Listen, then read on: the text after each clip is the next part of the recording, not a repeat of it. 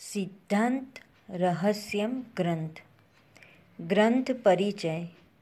શ્રી મહાપ્રભુજી પ્રથમ પૃથ્વી પરિક્રમા કરતા સંવત 1549ના શ્રાવણ માસમાં શ્રી ગોકુળમાં પધાર્યા હતા અને આપ શ્રીએ શ્રી યમુનાજીના તટ ઉપર ગોવિંદ ઘાટ ઉપર મુકામ કર્યો હતો. ત્યારે શ્રાવણ સુદ 11ની રાત્રિએ પોઢતા આપ શ્રીને વિચાર આવ્યો કે દૈવી જીવોનો ઉદ્ધાર કરાવવાની મને ભગવદ આજ્ઞા થઈ છે, પરંતુ આ બધા જીવો તો અનેક પ્રકારના દોષોથી ભરેલા છે અને સ્વભાવથી જ દોષ બુદ્ધિવાળા છે, જ્યારે પૂર્ણ પુરુષોત્તમ પ્રભુ તો નિર્દોષ છે. તેથી આવા જીવનો સંબંધ પ્રભુ સાથે કેવી રીતે કરાવવો?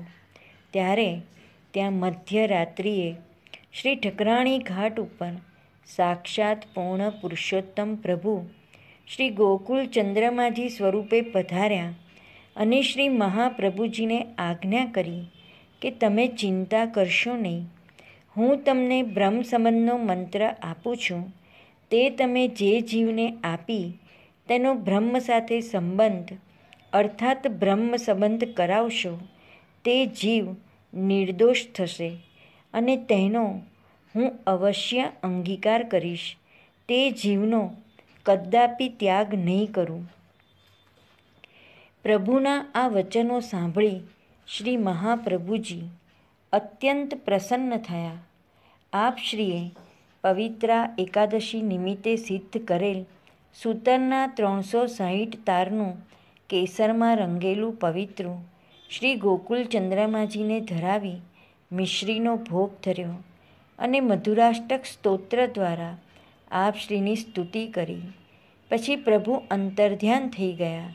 ત્યારે પોતાની નજીક સૂતેલા શ્રી દામોદરદાસ હરસાણીજીને અતિ આનંદથી પૂછ્યું, દમલા, તે કંઈ સાંભળ્યું?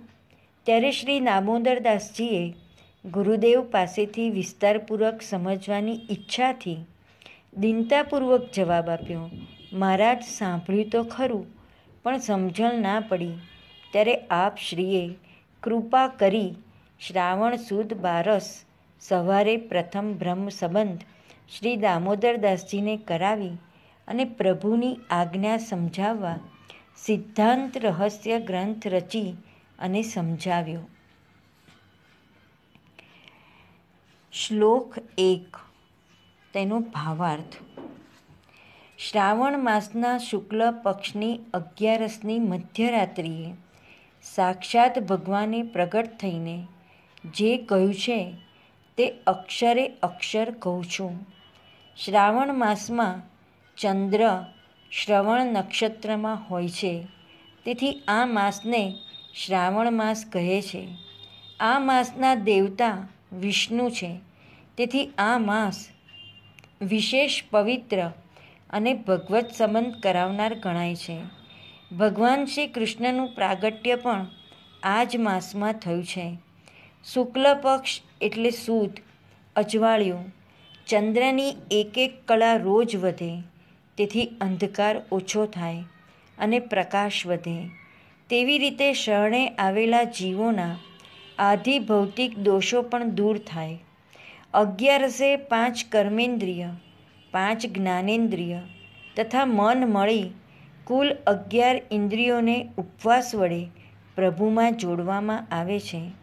ઉપ એટલે નજીક અને વાસ એટલે રહેવું, જેમાં લૌકિક કાર્યોમાંથી મુક્ત થઈ પ્રભુની નજીક રહેવામાં આવે તેનું નામ ઉપવાસ. આમ કરવાથી શરણે આવેલા જીવના આધ્યાત્મિક દોષો દૂર થાય છે. જન્માષ્ટમીએ પણ નિસાધન ભક્તોનો ઉદ્ધાર કરવા પ્રભુ મધ્યરાત્રિએ પ્રગટ થયા હતા. તેવી રીતે આ દિવસે પણ પોતાના દૈવી જીવોનો ઉદ્ધાર કરવા પ્રભુએ મધ્યરાત્રિએ પ્રગટ થઈ શ્રી મહાપ્રભુજીને આજ્ઞા કરી. આથી શરણસ્થ જીવોના આધિ દૈવિક દોષોની નિવૃત્તિ થાય છે. આમ આ વિશિષ્ટ દિવસે અને સમયે ભગવદ્ આજ્ઞા થવાનું કારણ ભક્તોના 3 પ્રકારના દોષો નિવૃત્ત કરવાનું છે: આધિભૌતિક દોષો, આધ્યાત્મિક દોષો અને આધિદૈવિક દોષો. શ્રી મહાપ્રભુજી આજ્ઞા કરે છે કે આ સમયે થયેલી ભગવદ્ આજ્ઞા વિશિષ્ટ છે, કારણ કે તે સ્વપ્ન દ્વારા કે આકાશવાણી દ્વારા થઈ નથી, પરંતુ સાક્ષાત પ્રભુએ પ્રગટ થઈ કરેલી આજ્ઞા છે. તે આજ્ઞા અક્ષરે અક્ષર, જરા પણ ફેરફાર વિના હું કહું છું. માટે જ આ ગ્રંથમાંની ભગવદ્ વાણી આપણા માટે વેદ તુલ્ય છે. આ ગ્રંથમાં બ્રહ્મસંબંધ મંત્ર આપવામાં આવ્યો નથી, કારણ વૈદિક પરંપરા મુજબ મંત્ર ગુપ્ત રાખવો જોઈએ, તે પ્રગટ કરી શકાય નહીં.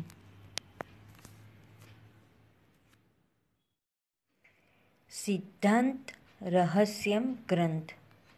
ગ્રંથ પરિચય. શ્રી મહાપ્રભુજી પ્રથમ